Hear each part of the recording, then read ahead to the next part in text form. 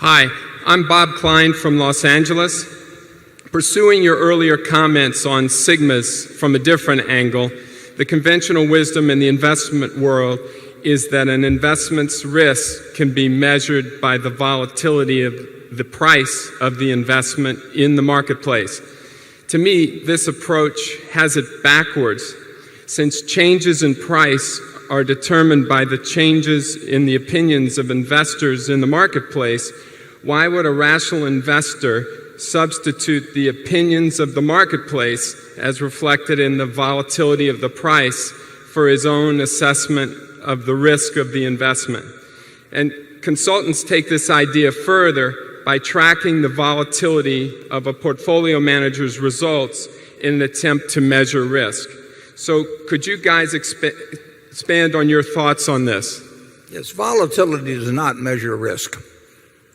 And the problem is that the people who have written and taught about volatility do not know how to measure, or taught about risk, do not know how to measure risk.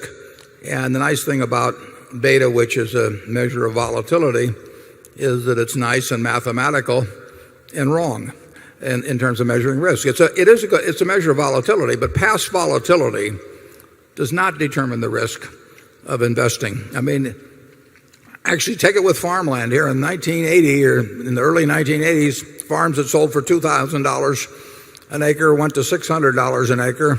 I bought one of them when the banking and farm crash took place, and the beta of farms shot way up.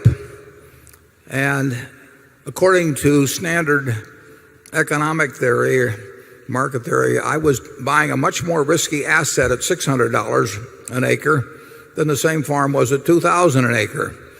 Now people, because farmland doesn't trade often and prices don't get recorded, they would regard that as nonsense, that my purchase at $600 an acre of the same farm that sold for $2,000 an acre a few years ago was riskier.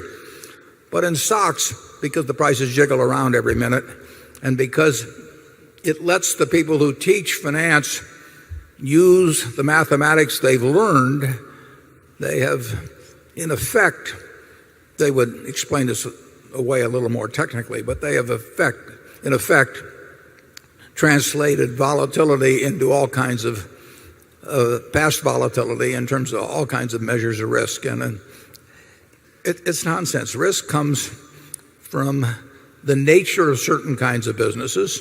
It can be risky to be in some businesses just by the simple economics of the type of business you're in. And it comes from not knowing what you're doing.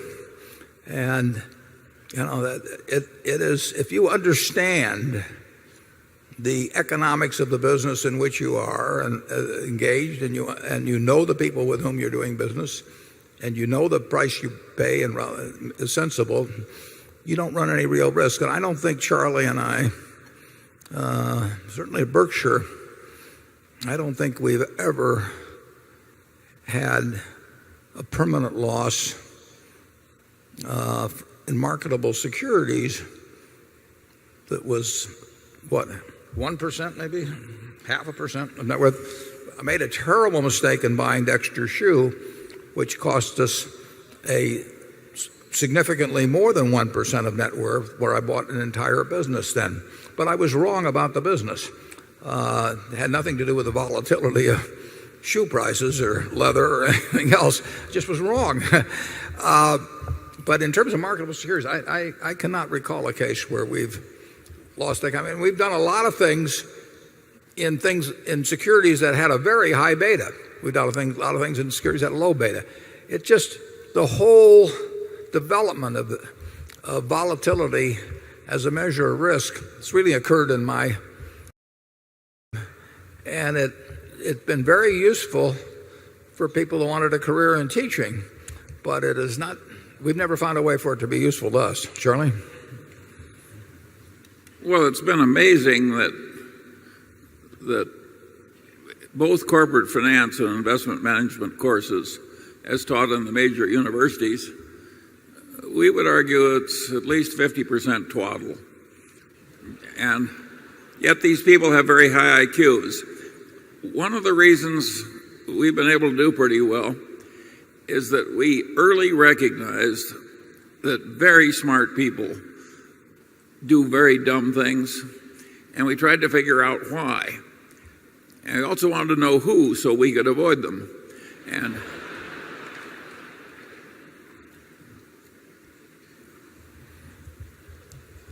we will not run big risks at Berkshire. Now, we will be willing to lose, as I put in the annual report, $6 billion in a given catastrophe. But our catastrophe business, run over many years, is not risky. A roulette wheel will occasionally pay off at 35 to 1. And that sounds like you're paying out an awful lot of money compared to the amount bet on one number. But I would love to own a lot of roulette wheels.